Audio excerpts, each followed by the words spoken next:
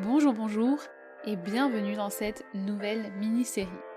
On va passer un peu de temps ensemble pendant l'absence d'Adèle sur les prochaines semaines. Je vais vous partager mon expérience de couple multiculturel. Mais avant d'aller plus loin, laissez-moi vous en dire un petit peu plus sur qui je suis.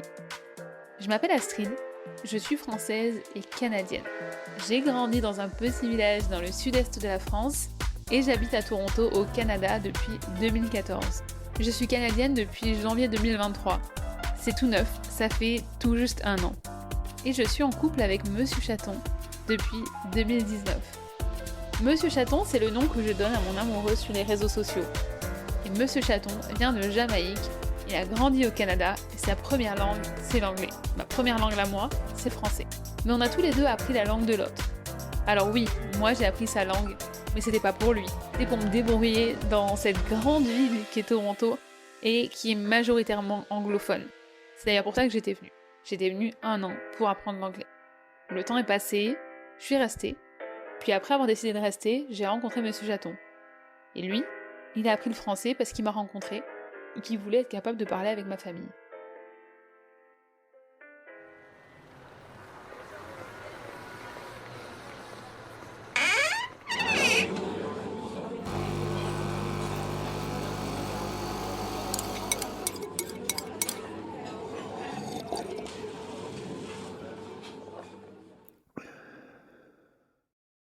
Bonjour et bienvenue dans ce nouvel épisode de cette mini-série où on parle du couple multiculturel. Alors dans le premier épisode, on a parlé de la rencontre, on va cette fois-ci parler des ajustements. Croyez-moi, il y en a pas mal. Déjà, on sait que d'une relation à l'autre, il y a quand même pas mal de choses qui peuvent changer, mais c'est vrai que si on reste dans le même environnement, on peut trouver quand même pas mal de similarités dans les habitudes, les attentes, les façons de faire, et il y a même une sorte, j'ai envie de dire, de code qui n'est pas officiellement donné, ça serait beaucoup trop simple, mais une sorte de code non dit de comment devrait se dérouler une relation, de ce qu'on peut accepter ou pas, de ce qui se fait ou pas, de comment ça se déroule et de comment ça se passe. Et en fait, quand vous vous retrouvez dans une relation multiculturelle, soudainement, il y a plus de repères et tout ce que vous saviez d'une relation est chamboulé. Alors, je vais mettre des grosses guillemets sur ce que je vais dire ensuite, mais les choses qu'on considérait comme normales sont différentes. Les codes qu'on pensait connaître sont différents. Les étapes qu'on pensait devoir passer dans une relation sont aussi différentes. Vous allez peut-être penser que je dramatise, mais c'est comme si vous étiez en pleine mer, sans aucun repère. Vous n'avez pas de carte, la visibilité est plutôt moyenne, comme ça je sais pas si je vous vends bien le projet, mais c'est très déstabilisant parce que tout ce que vous aviez connu jusque-là et qui vous guidait un petit peu en fait de ce que vous aviez vu autour de vous, de ce que vous aviez pu vivre par le passé dans certaines expériences, et en fait j'ai envie de vous dire, pas forcément que le bon côté, c'est aussi ce que vous vouliez éviter dans les relations qui vous ont peut-être marqué par le passé. Toutes ces choses-là, en fait, elles se retrouvent à être complètement inutiles parce que tout est différent. Alors attention, là j'ai l'impression de vous peindre un tableau qui fait pas trop envie, alors que c'est tout le contraire. Parce que le bon côté des choses, c'est que vous allez vous retrouver dans une situation où vous allez pouvoir inventer vos propres règles, où vous allez pouvoir créer une relation sur mesure en vous éloignant en fait de tous les codes sociaux et toutes les attentes qu'on peut avoir, et on se sent tellement libre, et je l'ai rencontré plusieurs fois dans cette relation, hein. On n'avait pas du tout la même façon de voir les choses, et c'est vrai qu'il y a beaucoup de choses où moi c'était des attentes que j'avais parce que c'est ce que je voyais autour de moi, parce que j'avais l'impression que c'était ça qui allait valider que ma relation était assez bien, entre guillemets, pour les gens autour de moi, pour ce qu'on attendait de moi. Et en fait, de me libérer de tout ça, ça m'a permis de me concentrer sur ma relation plutôt que sur ce à quoi ma relation ressemblait pour les autres. Et ça, c'est tellement libérateur, et alors, j'ai débloqué un nouveau niveau dans la liberté que j'ai pu ressentir en partant vivre à l'étranger, c'est que là en face de vous, vous avez un tableau qui est complètement vide et que vous allez remplir grâce à vos propres règles, grâce à vos envies, et ça va vraiment venir du cœur de ce que vous avez envie de faire, parce qu'il y a rien et personne pour vous dire que vous devriez faire comme ci ou comme ça. Alors, je vais pas vous mentir, hein, on a essayé de me le dire. Par exemple, quelque chose qui était plus difficile pour moi, c'est que en Amérique du Nord, les étapes elles sont complètement différentes. Ce que j'avais connu en France, c'est que on peut rapidement être annoncé comme la petite amie ou le petit ami de quelqu'un, alors que ici, ça prend beaucoup plus de temps. Par contre, quand vous êtes officiellement présenté comme la petite amie, le petit ami, est-ce que c'est encore des mots qu'on utilise en France? Je sais même pas, hein. Mais bon, moi j'aime bien hein, petit ami, ou compagnon, partenaire, le mot que vous préférez utiliser. En fait, ici, quand ce terme est utilisé, c'est que vous êtes vraiment sérieux et engagé dans cette relation. Donc, il y a des étapes qui sont complètement différentes et qui sont très déstabilisantes parce que moi, je comprenais pas pourquoi pendant plusieurs mois, je n'étais pas la petite amie. J'étais là, mais moi, je veux être, je suis prête. Et tout ça, ça demande des ajustements parce que moi, il a fallu que, évidemment qu'on en parle, pour lui, mettre une étiquette, ça prenait plus de temps parce que dans sa culture, c'est quelque chose qui prend plus de temps et qu'on ne dit pas à la légère, alors que dans ma culture, on va quand même plus facilement mettre cette étiquette-là sur une relation sans nécessairement penser qu'elle est sérieuse et qu'on va passer notre vie avec cette personne ou se marier avec cette personne.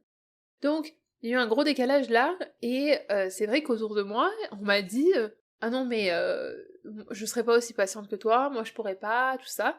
Et moi j'avais bon espoir, enfin je sais pas si c'est comme ça qu'il faut le dire, mais en tout cas, ma connexion avec lui, elle était assez forte pour que je me dise, bah oui ok, dans sa culture à lui c'est comme ça.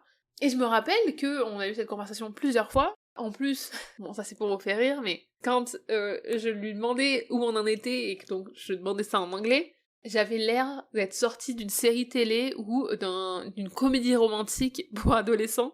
Enfin pour adolescents, je les regarde hein, mais ce que je veux vous dire c'est que on aurait vraiment dit ça, c'était vraiment dramatique comme à la télé. Oh, but what are we?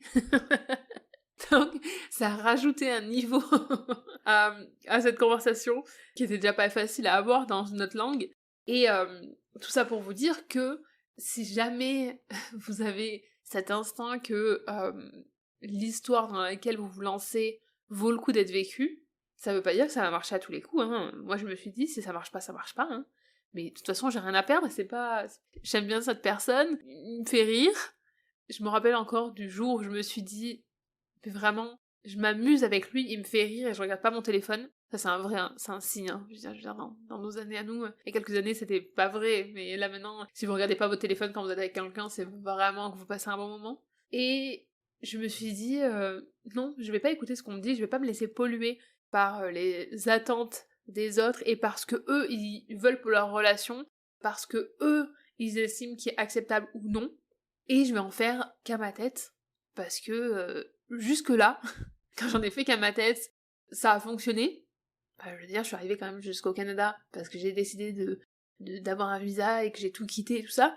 Et alors je sais que ça fait un peu disque rayé de répéter ça à chaque fois, mais c'est vrai que ça m'a apporté énormément de confiance en moi, donc je sais que si j'ai une bonne intuition, je peux la suivre, je peux me faire confiance. 4 ans et demi plus tard, je peux vous dire que j'ai eu raison de me faire confiance, que ça valait le coup, et d'ailleurs même, et ça c'est un petit bonus parce que c'est, je sais pas si c'est vraiment dans l'ajustement qu'on devrait en parler, mais le fait que on ait aussi gardé notre relation pendant les 6-9 premiers mois à l'abri des regards, alors on n'était pas à vivre une histoire cachée, mais on a donné la priorité à notre temps ensemble plutôt que à tout de suite aller passer du temps avec d'autres personnes. Ça nous a permis en fait de vraiment prendre le temps d'apprendre à se connaître et le temps d'avoir confiance l'un en l'autre et de vraiment créer cette connexion qui peut-être avait été plus difficile dans mes relations passées. On n'est pas là pour faire une session de thérapie sur ce qui a pas marché dans le passé et pourquoi ça marche aujourd'hui dans le présent, mais j'ai envie de vous dire que de garder ce temps précieux de découverte pour être ensemble, j'ai trouvé que ça nous avait rendu service en fait, au lieu de tout de suite mettre une étiquette et de tout de suite être dans la version du couple officiel qu'on allait devenir, hein, mais de se laisser ces moments précieux juste pour nous, sans avoir la pression de l'extérieur, moi j'ai trouvé que ça nous a rendu incroyablement service, et ça c'est quelque chose que lui a apporté à notre relation, puisque si ça avait été que de moi, du moment où moi j'avais décidé que je l'aimais bien et que je passais du bon temps avec lui, je l'aurais emmené avec moi en soirée, je l'aurais présenté à tout le monde. Sauf que lui, dans sa façon de faire, dans sa culture, c'était pas la même chose, et je pense qu'avec du recul, ça nous a vraiment rendu service, parce que j'aime bien partager cette image, c'est que, vous savez, quand vous fréquentez quelqu'un de nouveau, vous allez sortir, vous allez aller en soirée, et vous allez parfois vous retrouver dans une situation où les gens à qui vous allez présenter votre nouveau partenaire vont poser des questions. Est-ce que tu aimes ci, est-ce que tu aimes ça, est-ce que blablabla.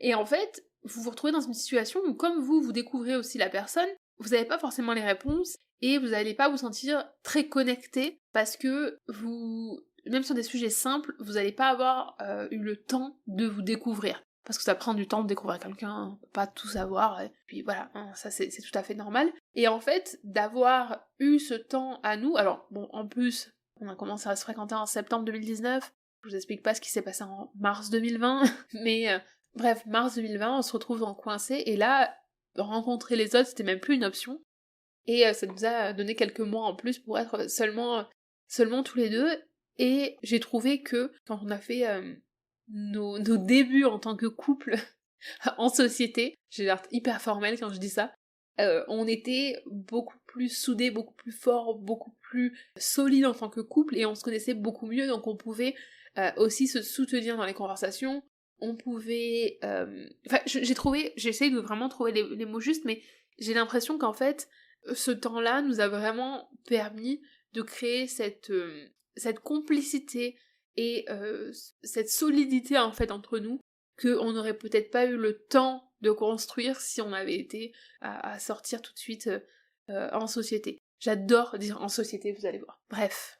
Et je voulais conclure cet épisode avec une autre petite réflexion par rapport aux ajustements, par rapport aux différences culturelles qu'il peut y avoir dans un couple multiculturel. C'est qu'en fait, il y a beaucoup de choses qu'on va naturellement, et un petit peu peut-être naïvement, attribuer automatiquement aux différences culturelles. Et en fait, il y a plusieurs raisons pour lesquelles on est différent. Et en fait, tout ne repose pas sur le fait que on n'est pas grandi avec la même culture, mais comme c'est la chose qui est la plus flagrante et la plus évidente, on va souvent se dire c'est une différence culturelle. C'est pour ça, c'est parce qu'on n'a pas grandi de la même façon, c'est parce qu'on n'a pas grandi dans le même environnement, c'est parce que on n'a pas, voilà, on vient pas du même endroit. Et en fait, parfois ça n'a rien à voir, c'est juste que il y a certaines choses qui sont propres à nous-mêmes et qui sont juste différentes, comme elles seraient différentes dans un couple qui a grandi avec la même culture.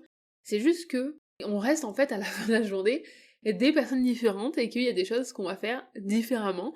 Et c'est vrai que je trouve que parfois la frontière elle est un petit peu floue au tout début, parce qu'il y a beaucoup de choses qu'on va attribuer naturellement sur le fait qu'on a une différence culturelle et qu'on va pas forcément comprendre ou remarquer que ça vient tout simplement du fait qu'on est deux êtres humains complètement différents. En fait, je vous ai dit que c'était la dernière chose, mais j'ai encore une autre chose à vous dire. Si vous connaissez un peu, vous savez que je suis très bavarde et que j'aime beaucoup discuter. Je voulais terminer avec quelque chose qu'il m'a dit quelques mois après qu'on ait commencé à se fréquenter, et quand j'étais en train d'écrire en fait un article sur mon blog sur les différences entre le dating en Amérique du Nord et le dating en France, et je trouvais que c'était très juste, et j'espère que ça pourra peut-être rassurer d'autres personnes qui sont dans la même situation et qui se sentent peut-être isolées ou qui manquent peut-être de repères ou d'exemples de gens qui vivent la même chose qu'eux, et on en parlera dans les prochains épisodes. Mais ce qu'il m'a dit, c'est je pourrais être avec quelqu'un qui a la même culture et pourtant qui n'a pas les mêmes valeurs ou les mêmes envies que moi. Et je trouvais que c'était très juste et c'était bon de se rappeler que, en fait, les différences culturelles, finalement, c'est des choses à apprendre l'un sur l'autre, mais le plus important, c'est qu'on ait les mêmes valeurs et les mêmes envies. Donc voilà. J'espère que ça vous donnera matière à réfléchir. J'espère que ce second épisode vous a plu. Moi, en tout cas, j'ai pris beaucoup de plaisir à parler de ce sujet avec vous. Je vous retrouve très bientôt pour le 3e épisode, et là, on va parler des apprentissages.